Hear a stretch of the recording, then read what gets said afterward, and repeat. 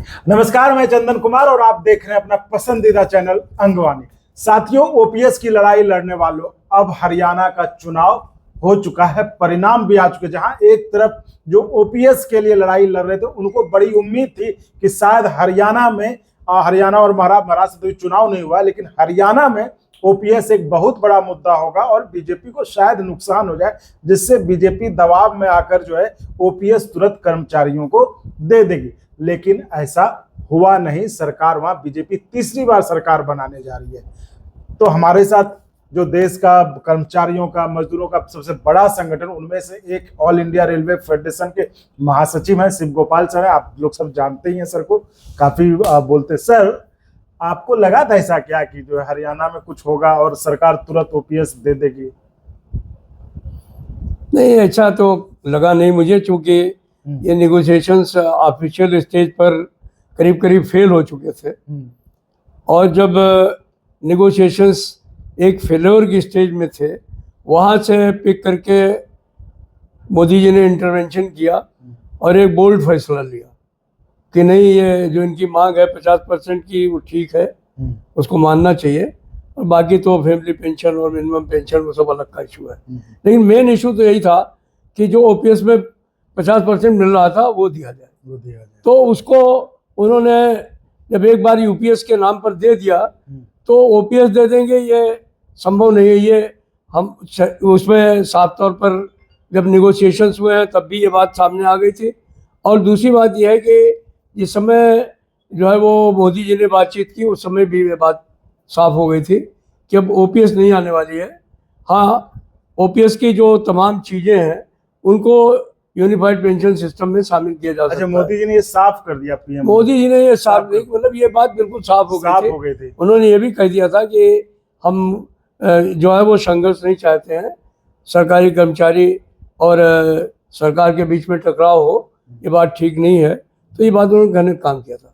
बाकी मोदी जी का जो किरदार है उसको देखते हुए मैं ये बात साफ तौर पर कह सकता हूँ कि वो फैसला लेने वाले व्यक्ति हैं। मैंने रामलीला मैदान में जब करीब 4 लाख लोगों की भीड़ जुटी हुई थी, इतनी बड़ी रैली थी जिसमें कुछ कहना नहीं, उसमें अपने भाषण में कह दिया था कि इस पेंशन की बहाली पर अगर कोई आदमी से मुझे उम्मीद है तो वो सिर्फ इस देश के प्रधानमंत्री नरेंद्र मोदी जी पे उम्मीद है। वो चाहे तो इस चीज़ को कर सकते हैं। अब ये बात हमने कब कही थी? 10 अगस्त को कही थी, और वो बात 24 अगस्त को सही साबित हुई। तो सर, ये आपने नरेंद्र मोदी जी के लिए इसलिए कहा था कि वो प्रधानमंत्री थे, या नरेंद्र मोदी जी? नहीं, नरेंद्र मोदी का एक जो चरित्र है या जिस तरीके से वो काम करते हैं, हम भी इतने सालों से आफ्टर ऑल चाहे जैसे काम करते हो, लेकिन राजनीतिक लोगों की क्या इच्छा शक्ति है, कितना बोल्डली वो फैसला ले सकते हैं, नहीं ले सकते हैं, इतना तो समझ हमको भी है। तो हमें पता था कि अगर आप पुराने नेता, घाघ नेता, आपको नहीं समझ होगा नहीं, वो बात नहीं है। हम वो अपने को मानते भी नहीं है। लेकिन मुझे लगता था कि इस मामले में अगर कोई फैसला ले सकता है तो मोदी ही ले सकते हैं। इसलिए जब 21 तारीख को सोमनाथन सर ने कहा कि ये मोदी जी आपसे बात करना चाहते हैं, तो एक विस्मय तो हुआ हम लोगों को, लेकिन एक अंदर से खुशी भी हुई कि अब इसका फैसला जरूर हो जाएगा। अच्छा, तो वही हुआ। हाँ, लेकिन जिस तरह हरियाणा में अभी लोग खूब वीडियो भी बना, खूब लोग चर्चा भी करने लगे। अब तो जी हरियाणा में जिस तरह का माहौल था कि हरियाणा में शायद कांग्रेस जीत जाए, बीजेपी हार जाएगी तो ओपीएस आ जाएगा, तो यूपीएस बदल जाएगा। राजनीतिक चुनाव में कर्मचारियों की मांगे कोई बहुत बड़ा प्रेशर ग्रुप नहीं बना सकते। अच्छा, ये बात आप समझ लीजिए। लोग अपने को खुश करने के लिए, अपने साथियों को धोखा देने के लिए ये सब बातें कर सकते हैं, लेकिन मैं दावे के साथ कह सकता हूं कि ये सब चीज़ें जो हैं वो एक झुनझुने की तरह साबित होती हैं। ये राजनेताओं पे इसका कोई असर नहीं होता और जनता पे इसका कोई असर नहीं होता, क्योंकि ये जो सेगमेंट है बहुत छोटा सेगमेंट है। ये राजनीतिक नतीजों को नहीं बदल सकता है। तो बेहतर ये है कि हम क्यों कहते हैं कि हमको अराजनीतिक लड़ाई लड़नी चाहिए? इसीलिए कि कोई भी आदमी कुर्सी पर बैठ जाए।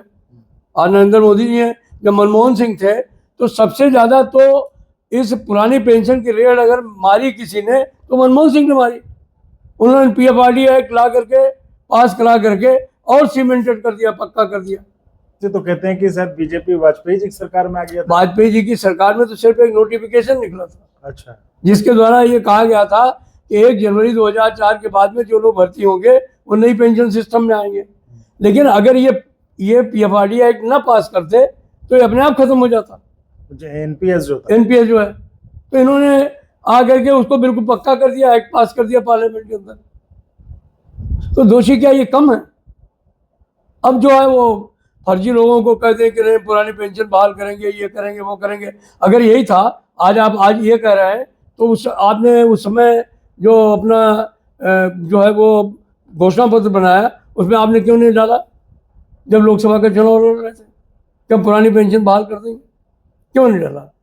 राज्यों के चुनाव में बहाल कर देंगे और केंद्र के चुनाव में बहाल करने का कोई मामला नहीं। तो ये राजनीतिक चीज़ें अच्छी नहीं है हमारे लिए। राजनीति नहीं है हमारे लिए। कर्मचारियों का जो भविष्य है, कर्मचारियों की जो सेवा है, वही हमारा एक जो है वो उद्देश्य है, वही हमारा ऑब्जेक्टिव है। तो उसी को लेकर के हम लोग काम कर रहे हैं। और मैं ये जरूर समझता हूँ कि ये सरकार जो है वो फैसले लेने वाली सरकार है। यहाँ पर अगर उनको समझ में आ जाए कि नहीं ये उचित नहीं है तो इमीडिएटली उस पर फैसला भी करते हैं, बदलते भी हैं अगर जरूरत पड़ जाती है। अपने लिए हुए फैसले बदल देते हैं।